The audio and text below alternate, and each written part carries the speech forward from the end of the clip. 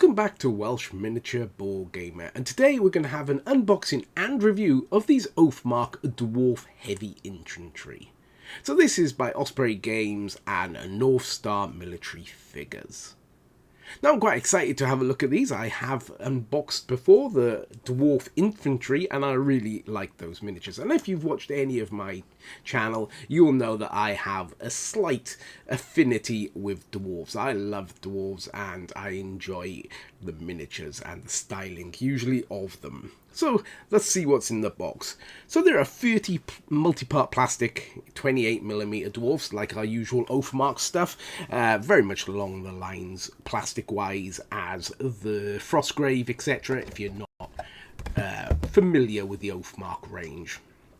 So on the back there's some nice sort of blurb, and there's some pictures of what they could look like painted up, and they've done a pretty decent job actually. It looks quite nice. The box design is really quite clear, and yeah, I like the art on the front of it. I think that's a really cool drawing, and I do appreciate some decent art on the boxes. So inside of the box we have, first of all, square bases. So these are the usual Northstar square bases. Now for me, I don't use square bases because I don't play any rank and file games, but they're going to be used as tokens or something later on. I will find a use for them. We also have, of course, the sprues. So we have 6 sprues, each having 5 miniatures on each sprue. So obviously that adds up to 30 miniatures. So we're going to zoom in a bit closer so that you can have a good close-up of the sprues. So starting at the one end of the sprues, we're going to move our way up. So they have the two-handed weapons. So we got some axes here, two-handed axes, a big old two-handed axe, a big mace-like instrument, but it's a two-handed mace, and a big war hammer or a war mattock, depending on if you're using the spiky part or not, I suppose. We have 5 individual bodies. Now they're quite cool because some of them have got like plates and sort of chainmail underneath, like this guy here. But then we have different sort of overlapping plates for this guy. We got like dragon scale plates on this one, overlapping plates, and yeah, again, sort of overlap, sort of, but hanging plates across the skirt-like area. So yeah, really good, quite dynamic looking. They're all sort of stepping forward in some form or another, apart from this guy who's a bit more stoic, a bit more, you know, upright, etc. So we got some hand axes to go on the belts.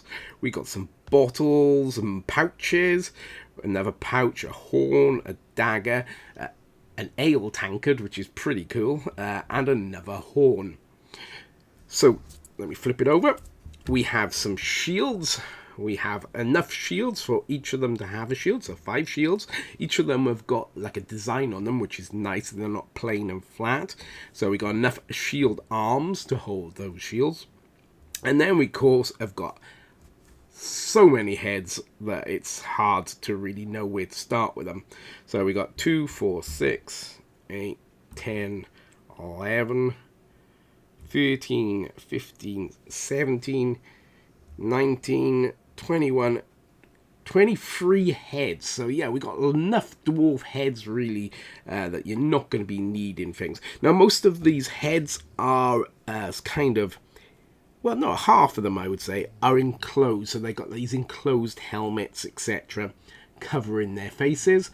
But then we do have a few of them which are more open, where you can actually see their faces. You can see their beards, obviously, because the beards are hanging down below the helmets.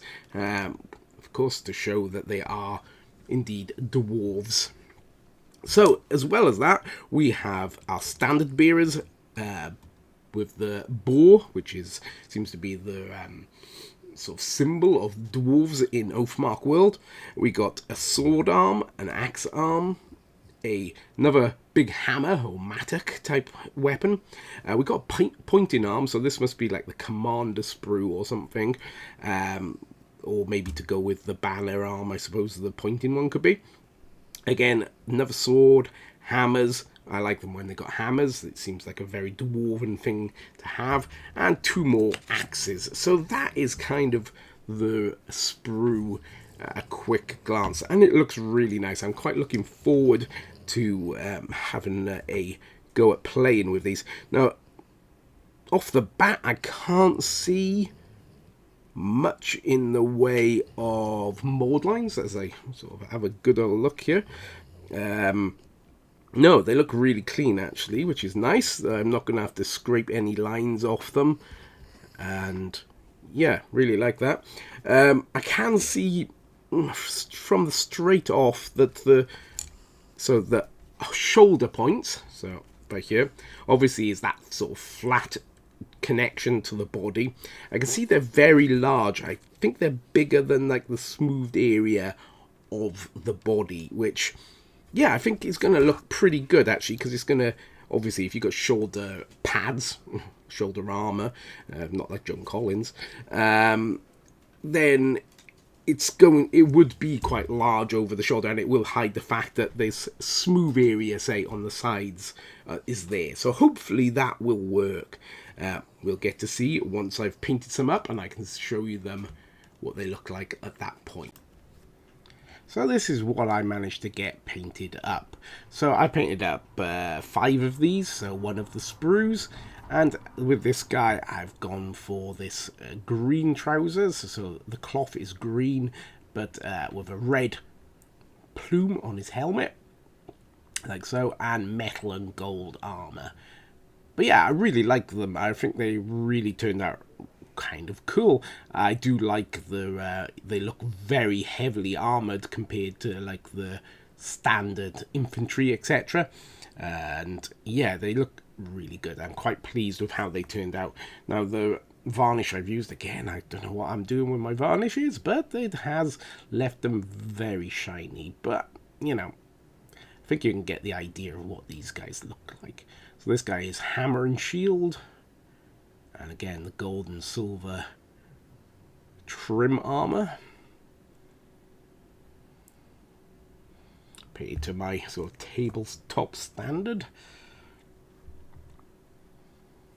So this guy is a bit more like a champion or a captain maybe. You know, he's got double swords, making him stand out a little bit from the others. He's got his gold plume, or I don't know, adornment on his head. Yeah, the faces are really good. They're really sort of characterful. They do look like dwarves.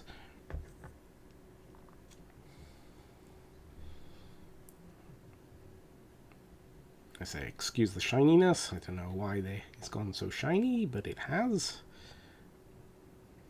You can see all the plates, etc. Now this is zoomed in incredibly tight, so excuse the paint jobs, etc. You can see by the size of my thumbs how far we are zoomed in. So yeah.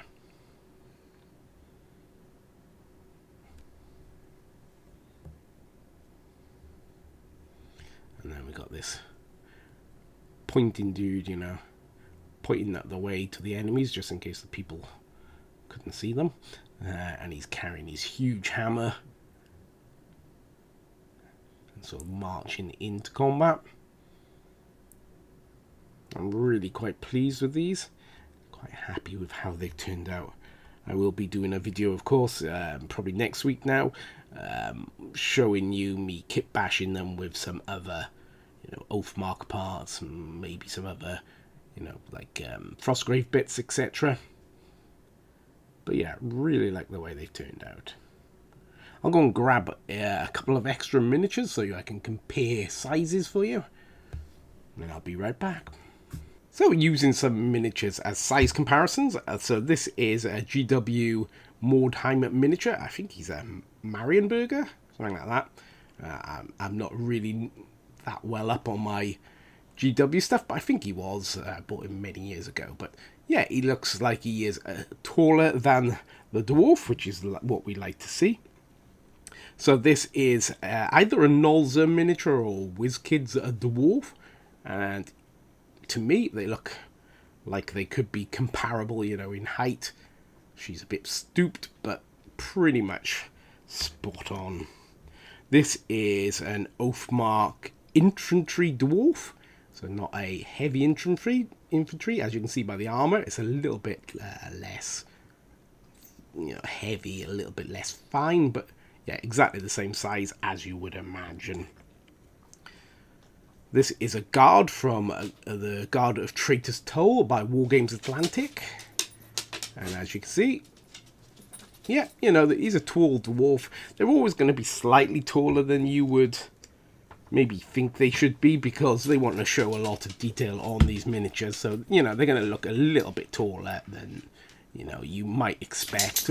But this is an Oathmark light infantry human. And, yeah, you can see he stands up, pretty high on him. But you can see that he isn't a human. He is something smaller and more stocky. So, it does give you that sort of idea of what they are. So all in all, my impressions of the Oathmark Heavy Dwarf infantry is I really like them. I think they look really cool. They take paint well. There isn't any mold lines that I had, or I could see at least. And yeah, they're easy to paint because obviously they got a lot of armor on. So it's largely just painting up a lot of metallics and, such. So if you've liked this video and want to see more from me, please subscribe. If you've liked this video and want to show some support, tick that little like box or tick, whatever you want to call it. And if you want to leave a comment, I do reply to every single comment. But until next time, it's going to be goodbye from me, Welsh Miniature Board Gamer.